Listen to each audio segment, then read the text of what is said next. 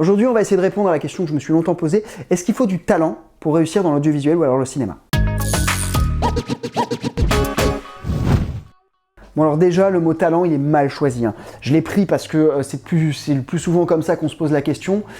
Ce que j'aime pas dans le talent, c'est que on a tendance à mettre au talent, et ça c'est un paradigme sociétal, on a tendance à lui mettre la notion de inné. En gros, le talent c'est inné, soit tu nais avec, soit tu n'es pas. Donc, pour moi, le talent, ça se développe. Et ça, c'est un autre débat, et c'est pas sur celui-là que je vais essayer de développer. Donc, au lieu de parler de talent, on va parler de prédisposition, si t'es OK. Alors, je sais pas si tu as vu une autre vidéo que j'ai faite, certainement la semaine dernière, qui s'appelait « La compétence la plus importante pour réussir ». Cette compétence, c'était la niaque, et elle était tirée du bouquin incroyable qui s'appelait « L'art de la niaque ». Hop.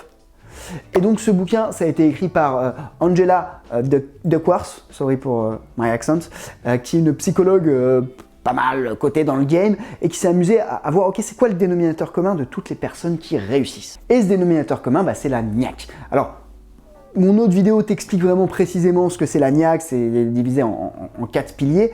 Et là, aujourd'hui, j'aimerais reprendre une autre réflexion de ce livre, parce que Angela, dans sa quête de comprendre les personnes qui réussissent, elle s'est dit, alors les personnes qui réussissent, c'est ceux qui ont du talent. Mais elle s'est rendue compte, et ça on s'est tous rendu compte aussi si on regarde un peu autour de nous, il y a des personnes qui ont du talent, enfin des prédispositions, et qui ne réussissent pas, et au contraire il y a des personnes qui n'ont pas du tout de prédisposition, elles qui vont réussir.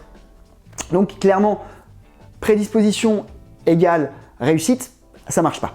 Alors je vous passe tous les détails, mais en fait elle a refait une formule qui, elle, vous allez voir, marche beaucoup mieux.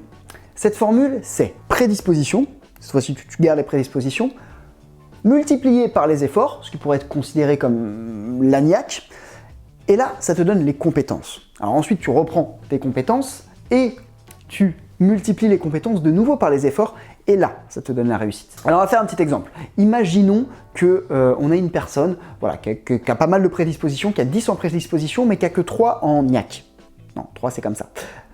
3 x 10, ça nous fait 30 en compétences. On reprend les compétences, on le multiplie par la niaque, donc 3 fois 30, ça nous fait 90 en réussite. Maintenant, on prend une autre personne. Cette autre personne, elle n'a pas spécialement de prédisposition, elle a 3 en prédisposition, mais elle a la niaque. Et on va lui mettre du coup 10 en niaque.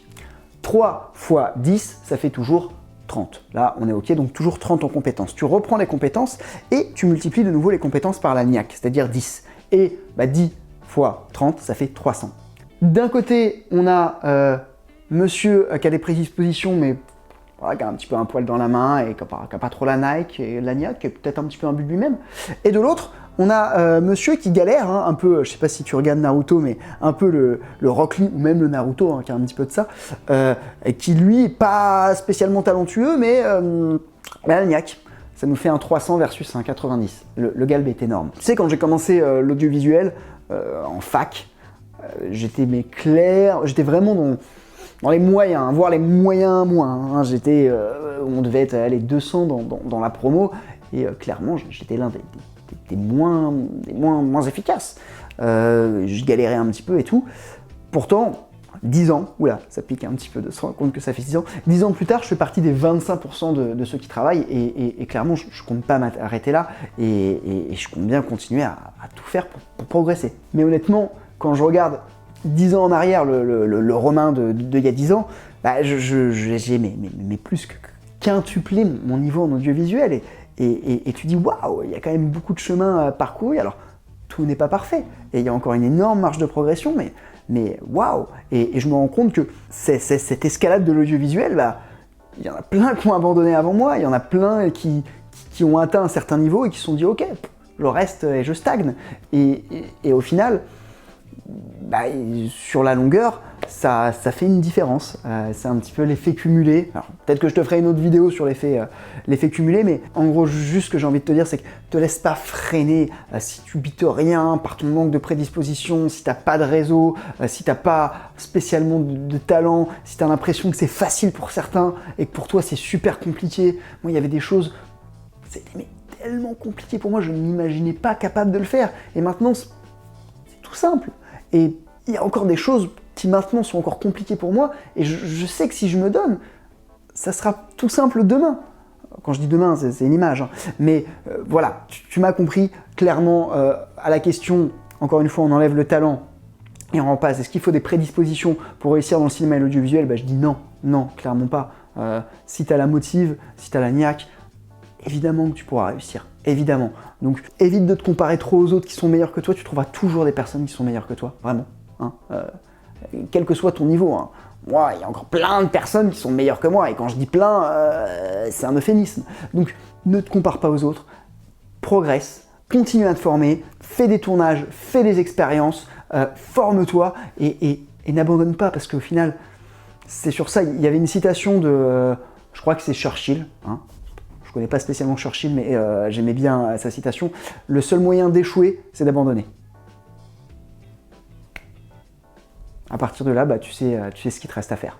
On arrive à la fin de cette vidéo, j'espère que ça t'a plu. Le petit pouce des familles si ça t'a plu. Le petit abonnement aussi, ça me fait énormément plaisir. Et n'hésite pas à toi me donner ton avis dans les commentaires à cette question. Est-ce qu'il faut du talent, enfin des prédispositions? Le talent, encore une fois, moi je pense que le talent, ça se travaille. Après, il y en a qui l'ont plus facilement. On n'est pas tous Orson Welles. Clairement, je ne suis pas Orson Welles. Je ne sais pas s'il y a tant d'Orson Welles que ça. Pour la culture, Orson Welles, c'est un réalisateur qui a fait son premier film à 19 ans, et ce premier film, Citizen Kane, 19 ans, je suis pas sûr, hein. Mais ce premier film, en tout cas, qu'il a fait assez jeune, Citizen Kane, c'est devenu l'un des plus grands classiques de l'histoire du cinéma. Donc, c'est un génie. On n'est pas tous des génies. En revanche, on peut devenir des personnes talentueuses, et ça, j'y crois sincèrement. N'hésite pas à me donner ton point de vue dans les commentaires, hein, notamment si tu aimes bien ce genre de vidéo un petit peu, voilà, plus mindset, plus réflexion autour de l'audiovisuel, mais pas proprement parler sur l'apprentissage de l'audiovisuel. Là, on n'est pas dans du savoir-faire, mais plutôt dans du savoir-être. Donc si ça te plaît, n'hésite pas à me le dire. Le petit pouce comme ça fait plaisir, et aussi l'abonnement fait énormément plaisir. Voilà.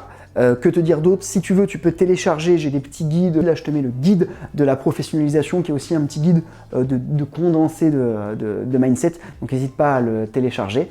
Et moi, j'espère sincèrement te retrouver dans une autre vidéo. Ciao!